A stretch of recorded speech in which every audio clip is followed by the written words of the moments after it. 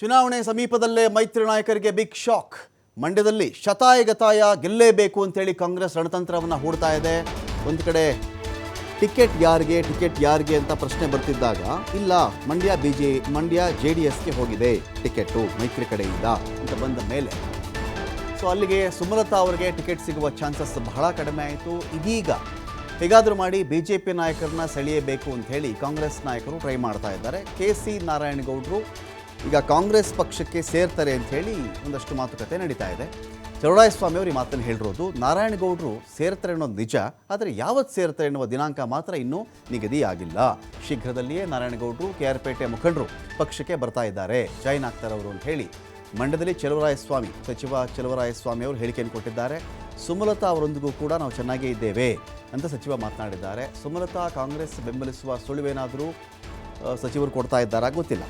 ಒಟ್ಟಿನಲ್ಲಿ ಈಗ ಒಂದು ಕಡೆ ಯಾರ್ಯಾರು BJPಯಲ್ಲಿದ್ದಾರೋ ಮಂಡ್ಯ ಭಾಗದ ನಾಯಕರು ಅವರನ್ನು ಕಾಂಗ್ರೆಸ್ ಕಡೆಗೆ ಸೆಳೆದುಕೊಳ್ಳುವ ಪ್ರಯತ್ನ. ಒಂದು ವೇಳೆ ಸುಮಲತಾ ಅವರು ಸಪೋರ್ಟ್ ಕೊಡೋದಾದರೆ ಅವ್ರ ಸಪೋರ್ಟು ಸಿಗುತ್ತೆ. ಅಕಸ್ಮಾತ್ ಸುಮಲತಾ ಅವರು ಕಂಟೆಸ್ಟ್ ಮಾಡಿದ್ರೂ ಕೂಡ ವೋಟ್ ಡಿವೈಡ್ ಆಗೋ ಮೂಲಕ ಅದು ಕಾಂಗ್ರೆಸ್ಗೆ ಹೆಲ್ಪ್ ಆಗುತ್ತೆ ಅಂತ ಲೆಕ್ಕಾಚಾರ ಕೂಡ ಇಲ್ಲಿದೆ. ನಾರಾಯಣಗೌಡರು ಮಾತನಾಡಿದ್ವಿ, ಸಂಪರ್ಕದಲ್ಲಿದ್ದಾರೆ. ಆದಷ್ಟು ಬೇಗ ಅವರು ಮತ್ತು ನಮ್ಮ KR ಪೇಟೆಯ ಗಾಂಧಿ ಅಂತ ಅನ್ಸ್ಕೊಂಡಂಥ ಕೃಷ್ಣ ಅವರು ಏನಿದ್ದಾರೆ ಅವರ ಹಿಂಬಾಲಕರಾಗಿ ನಮ್ಮ ಅಂಬರೀಷ್ ಇರ್ಬೋದು, ಇನ್ನೊಬ್ಬ ನಮ್ಮ ಮಂಜು ಅಂತ ಇರ್ಬೋದು, ಜವರಾಯಗೌಡರು ಇರ್ಬೋದು, ಜವರಾಯಗೌಡ ಅಂತ ಇರ್ಬೋದು, ಬೂಕಂಕೆರೆ ಜವರಾಯಗೌಡರು ಇರ್ಬೋದು, ಈ ಥರ ಒಂದು 100 ಜನ ಏನು ಇವತ್ತು ನಮ್ಮ ಕಾಂಗ್ರೆಸ್ನಲ್ಲೇ ಇದ್ದು ಕೆಲವಾರು ಇದರಿಂದ ಅವರು ನಾರಾಯಣಗೌಡರ ಜೊತೆ ಹೋಗಿದ್ರು. ಈಗ ಅದೇ ನಾರಾಯಣಗೌಡರು ಅವರು ಎಲ್ಲರೂ ಒಟ್ಟಾಗಿ ಸೇರೋ ಸಾಧ್ಯತೆ ಇದೆ. ಅವರು ನಮಗೆ ಅಂಬರೀಷ್ ಕಾಲದಿಂದನೂ ಭಾಳ ಆ ಕುಟುಂಬಕ್ಕೂ ನಮಗೂ ಆತ್ಮೀಯತೆ ಇದೆ, ಚೆನ್ನಾಗಿದ್ದೀವಿ. ನಾನು ಅಂಬರೀಷ ಸ್ನೇಹ ನಿಮಗೆ ಗೊತ್ತಿದೆ.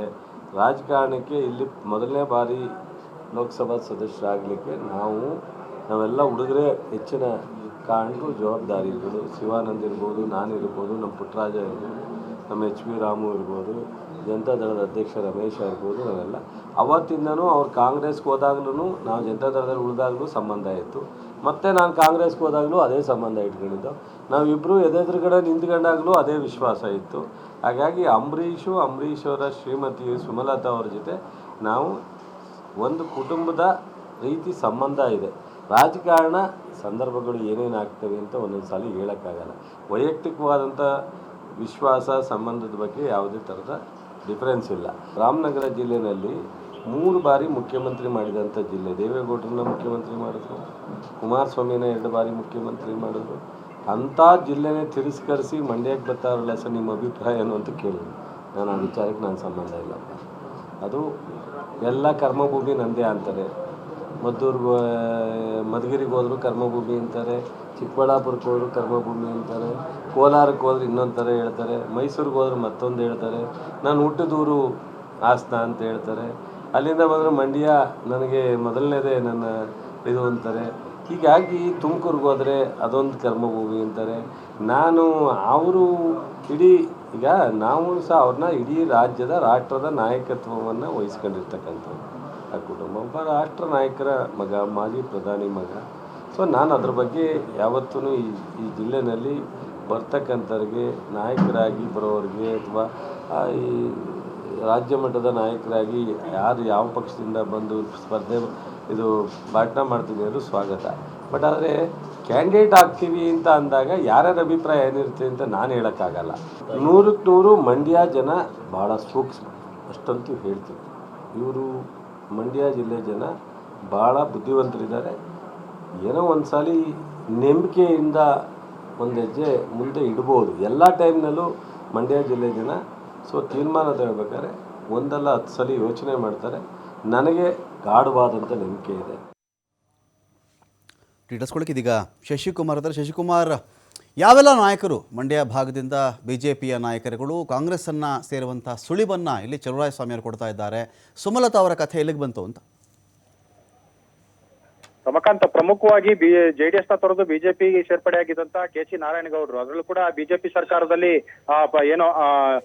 ಉಪಚುನಾವಣೆಯಲ್ಲಿ ಗೆದ್ದು ಮಂತ್ರಿಯಾಗಿ ಕೂಡ ಆಗಿದ್ದಂಥವ್ರು. ಅವರು ಇದೀಗ ಏನು ಜೆಡಿಎಸ್ ಜೊತೆ ಮೈತ್ರಿ ಆಗಿರೋದ್ರ ವಿರುದ್ಧವಾಗಿ ಸ್ವಪಕ್ಷೀಯರ ವಿರುದ್ಧವೇ ಬಹಿರಂಗವಾಗಿ ಅಸಮಾಧಾನವನ್ನ ವ್ಯಕ್ತಪಡಿಸಿದ್ರು.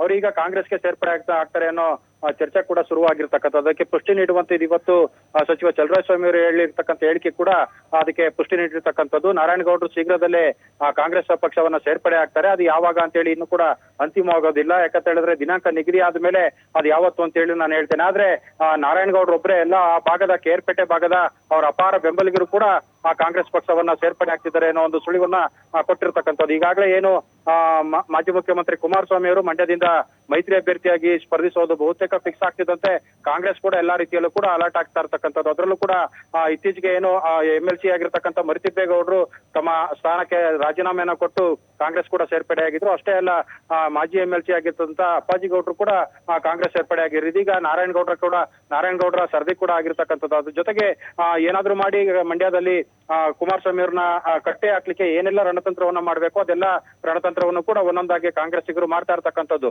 ಚಲುವರಾಯಸ್ವಾಮಿ ಅವರೇ ಮುಂಚೂಣಿ ಈ ಚುನಾವಣಾ ನೇತೃತ್ವವನ್ನು ವಹಿಸಿಕೊಂಡಿರೋ ಹಿನ್ನೆಲೆಯಲ್ಲಿ ಸುಮಲತಾ ಅವ್ರನ್ನ ಪಕ್ಷೇತರವಾಗಿ ಸ್ಪರ್ಧಿಸುವ ನಿಟ್ಟಿನಲ್ಲೂ ಕೂಡ ಅವ್ರನ್ನ ಮನವೊಲಿಸುವಂತ ಕಾರ್ಯಗಳು ಕೂಡ ಅದು ನಡೀತಾ ಇರ್ತಕ್ಕಂಥದ್ದು. ಅದರಲ್ಲೂ ಕಾಂಗ್ರೆಸ್ನ ಪ್ರಭಾವಿ ಶಾಸಕರೊಬ್ರು ಸುಮಲತಾ ಅವ್ರನ್ನ ನೇರವಾಗಿ ಭೇಟಿ ಮಾಡಿ ಇದ್ರ ಬಗ್ಗೆ ಒಂದು ಮನವಿಯನ್ನು ಕೂಡ ಮಾಡ್ಕೊಂಡಿರ್ತಕ್ಕಂಥದ್ದು. ಅಷ್ಟೇ ಅಲ್ಲ, ಕೆಲವು ಹಿರಿಯ ಕಾಂಗ್ರೆಸ್ನ ನಾಯಕರುಗಳು ಸುಮಲತಾ ಅವರ ಆಪ್ತರ ವಲಯದಲ್ಲಿರ್ತಕ್ಕಂಥವ್ರ ಜೊತೆ ಕೂಡ ಮಾತುಕತೆಯನ್ನ ನಡೆಸಿ ಸುಮಲತಾ ಅವ್ರನ್ನ ಪಕ್ಷೇತರವಾಗಿ ಕಣಕ್ಕಿಳಿಸಿದ್ರೆ ವೋಟ್ ಡಿವೈಡ್ ಆಗುತ್ತೆ, ಇದರಿಂದ ಕುಮಾರಸ್ವಾಮಿ ಅವ್ರನ್ನ ಕಟ್ಟಾಕ್ಬಹುದು, ಕಾಂಗ್ರೆಸ್ಗೆ ಈಸಿಯಾಗಿ ಗೆಲ್ಲುವಂತ ಸಾಧ್ಯತೆ ಇರ್ತದೆ ಅನ್ನೋ ನಿಟ್ಟಿನಲ್ಲೂ ಕೂಡ ಒಂದು ಚರ್ಚೆಯನ್ನ ಮಾಡ್ತಿರ್ತಕ್ಕಂಥದ್ದು.